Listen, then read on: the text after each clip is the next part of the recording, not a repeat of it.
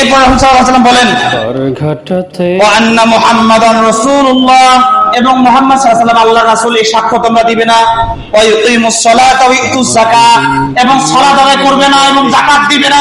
যতক্ষণ পর্যন্ত সালাত আদায় করবে না, যতক্ষণ পর্যন্ত যাকাত দিবে না, আমি তোমাদের বিরুদ্ধে যুদ্ধ ঘোষণা করব। এই আদেশ কার? আল্লাহ তাআলা দিয়েছেন এই আদেশ। এরপর রাসূল সাল্লাল্লাহু আলাইহি ওয়াসাল্লাম বলেন ফাইযা ফাআলু যালিকা আতামু মিন্নি দিমাআহুম ওয়া আমওয়ালাহুম, যে ব্যক্তি ঈমান আনবে, সাক্ষ্য দিবে আল্লাহ ছাড়া সত্য কোনো মাবুদ নাই, সাক্ষ্য দিবে মুহাম্মদ সাল্লাল্লাহু আলাইহি ওয়াসাল্লাম আল্লাহর রাসূল, সালাত কায়েম করবে, যাকাত দিবে, যে ব্যক্তি এটা করবে, তাহলে আমার কাছ থেকে সে তার জান এবং মালকে নিরাপদ করে দিল। কি করে দিল? নিরাপদ করে দিল। এই হাদিসকে লক্ষ্য করে মুহাদ্দিসে کرام ফতোয়া দিয়েছেন। আইম্মাতে আরবাঈন, মানে আইম্মাতে আরবা, ফুকাহায়ে আরবা, চারজন, আবু হানিফা, শাফি, মালিক, হাম্বলি, চারজন চারটে ফতোয়া দিয়েছেন। তারা বলেছেন বেনামাজিদের ধন সম্পদ সরকার লুটে নিবে, বেনামাজির সম্পদ সরকার জোর করে ছিনতাই করে নিবে, বেনামাজিকে সরকার ধরে হত্যা করবে, তাকে জেলখানায় ভর্তি করবে, তাকে শুনে যাওয়া যতক্ষণ পর্যন্ত সাহায্য করবে না। বেনামাজির রক্ত হালাল, বেনামাজির সম্পদ জায়েজ, সরকার যখন তখন তার সম্পদ নিতে পারে, যখন তখন তাকে অ্যারেস্ট করে নিয়ে যায়, তাকে ফাঁসির কাছে ঝুলাবে। ইমাম আবু হানিফা বলেছেন যে বেনামাজি যদি নামাজ না পড়ে তাকে জেলখানায় বন্দী করতে হবে। ইমাম শাফি বলেছেন বেনামাজি নামাজ না পড়লে তাকে হত্যা করতে হবে।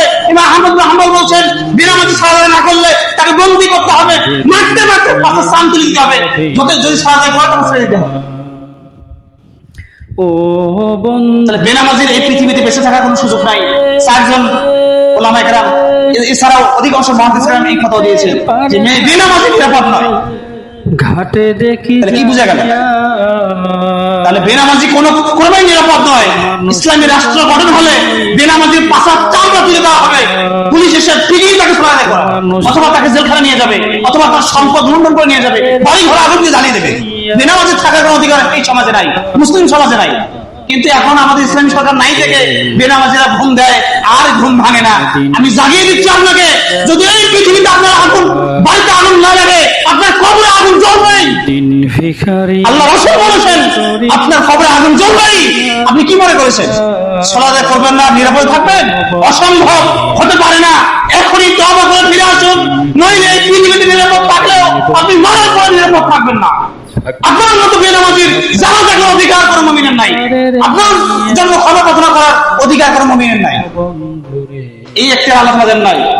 আমার দিন আমা কানা লিন নবী নবী ওয়াল মুমিনিন থাকতে ওয়াল মুমিনিন, কোন নবীর জন্য কোন মুমিনের জন্য এটা সমীচীন নয়, উচিত নয়। আয়াস্তাগফিরু লিল কাফিরিনা ওয়াল মুনাফিকিনা, কাফের এবং মুনাফিকদের জন্য ক্ষমা প্রার্থনা করবে, এটা উচিত নয়।